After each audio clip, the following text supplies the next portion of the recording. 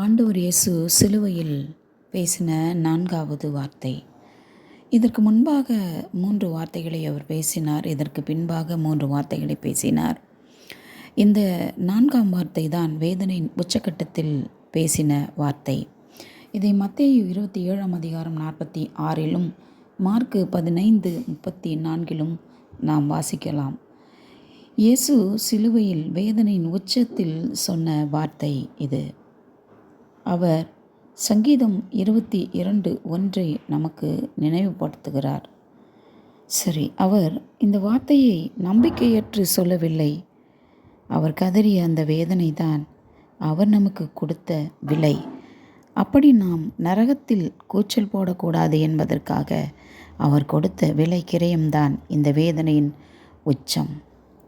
ஒரு ஊழியர் இப்படி சொன்னாராம் ஆண்டவரை நோக்கி, ஆண்டவரே, நீங்கள் வாழ வயதில் துன்பப்பட்டீங்க, ஆனால் நான் இப்பொழுது வயதாகி போனோனா இருக்கிறேன். என்னுடைய கஷ்டம், என்னுடைய வேதனை உங்களுக்கு தெரியுமா என்று கேட்டாராம். இப்பொழுது ஆண்டவர் சொன்னாராம், மகனே, நான் இப்பொழுதும் உனக்குள் தான் இருக்கிறேன். உன் துன்பங்களை நானும் அனுபவிக்கிறேன்.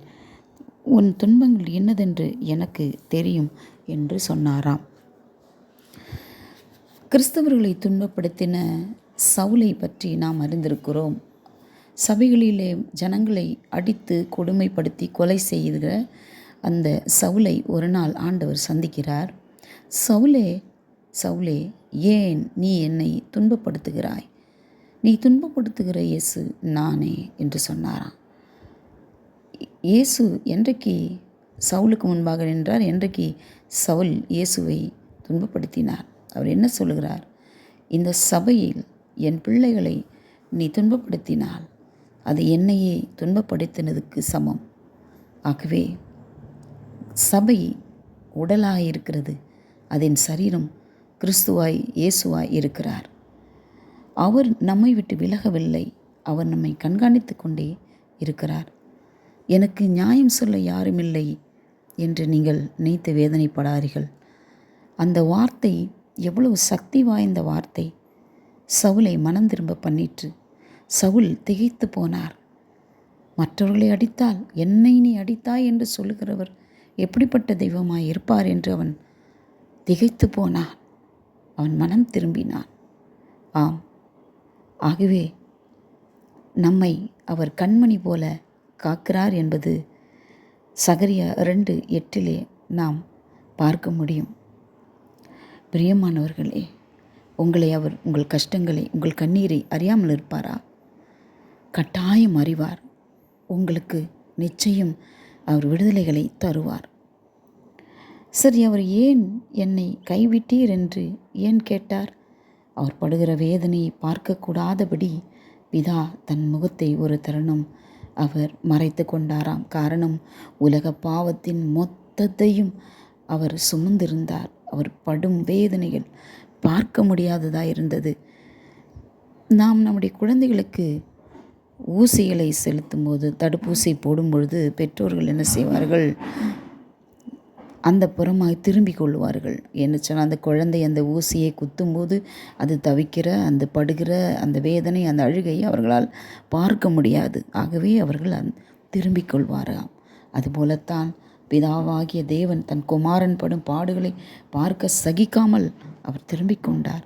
ஆகவே தான் அவர் கேட்கிறார், ஏன் நீர் என்னை கைவிட்டீர்? கைவிட்ட நிலை, அந்த நிலை நமக்குத்தான் வர வேண்டும். ஆனால் அதை அவர் ஏற்றுக்கொண்டார். பிதா தமது முகத்தை திருப்பிக் கொண்டார். ஒரு வார்த்தை சொல்லி நான் முடிக்கிறேன். ஆபிரகாம் மகன் ஈசாக்கை பலி கொடுக்க போனபோது ஆபிரகாம் அவனை பலி கொடுக்கும்படி அவன் கையை நீட்டினான், ஆயுதத்தை பிடித்தான். ஆனால் தேவன் கையை தடுத்தார். வேண்டாம், கொல்லாதே என்று சொல்லி அதுக்கு பதிலாக ஆட்டுக்குட்டியை கொடுத்தார். அப்படிப்பட்ட தேவன், ஆபிரகாமின் குமாரன் ஈசாக்குக்கு மனம் இறங்கின தேவன் தம்முடைய சொந்த குமாரனை பலியாக்கினாரே. ஆம், நம் மேல் வைத்த அன்பு எவ்வளவு பெரியது என்று பாருங்கள். இப்படிப்பட்ட அன்பு யார் நமக்கு தரக்கூடும்? பிரியமானவர்களே, நம்மேல் வைத்த அந்த அன்பு சொந்த குமாரனை சிலுவையில் கொலை செய்ய ஒப்பு கொடுத்தது. இதை நினைத்து இந்த நாளில் மட்டுமல்ல, எந்த நாளிலும் அவருக்கு நாம் நன்றி சொல்ல கடமைப்பட்டு இருக்கிறோம்.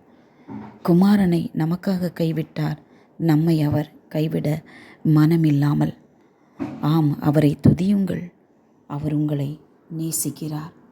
ஒருபோதும் உங்களை அவர் விட்டு விலகவும் இல்லை, உங்களை கைவிடவும் இல்லை. நீங்கள் என்னை தேவன் கைவிட்டார் என்று சொல்ல வேண்டிய எந்த நிர்பந்தமும் எந்த சூழ்நிலையும் இல்லை.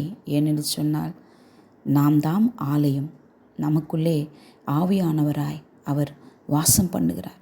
ஆகவே தான் சொன்னார், நீ போகும் இடமெல்லாம் உன் தேவனாகிய கர்த்தர் உன்னோட கூட இருக்கிறார். பழைய ஏற்பாட்டின் மக்களுக்கு இந்த வாக்கியம் கிடைக்கவில்லை. அவர் அப்படி அவர்களுக்குள்ளே வாசமாயிருக்கவில்லை. அவர் ஜனங்களின் மத்தியில் வாசமாயிருந்தார், ஆலயத்துக்குள் இருந்தார். ஆனால் இப்பொழுதோ அவர் நமக்குள்ளே வாசமாயிருக்கிறார். நீங்கள் ஆண்டவர் சொன்னது போல பிதாவை எங்கும் தொழுது கொள்ளும்படி அவர் தம்முடைய ஆத்துமாவை மரணத்தில் ஊற்றினார். வேதனையின் உச்சக்கட்டம் இந்த 4வது வார்த்தை, தேவனே தேவனே ஏன் என்னை கைவிட்டீர். அவருக்கு எல்லாம் இருளாய் மாறிப்போனது. அந்த வேளையில் எல்லோரும் கைவிட்டார்கள். பிதாவும் அவரை பார்க்கவில்லை. எப்படி இருக்கும் அந்த சூழ்நிலை? ஆகவே மிகுந்த கொடிய வேதனை, தாங்க முடியாத துயரம். அவர்தானே அந்த சிலுவையை தூக்கி கொண்டு கொல்கதாவுக்கு வந்தார். எவ்வளவு அடிகளை பட்டால் 39 அடிகளை அடித்தார்களே, வாரினால் அடித்தார்கள், ரத்தம் சொட்டி கொண்டிருந்ததே. அப்படிப்பட்ட சூழ்நிலையில் நமக்காகத்தான் அவர் மரித்தார். கர்த்தர் உங்களை ஆசீர்வதிப்பார்.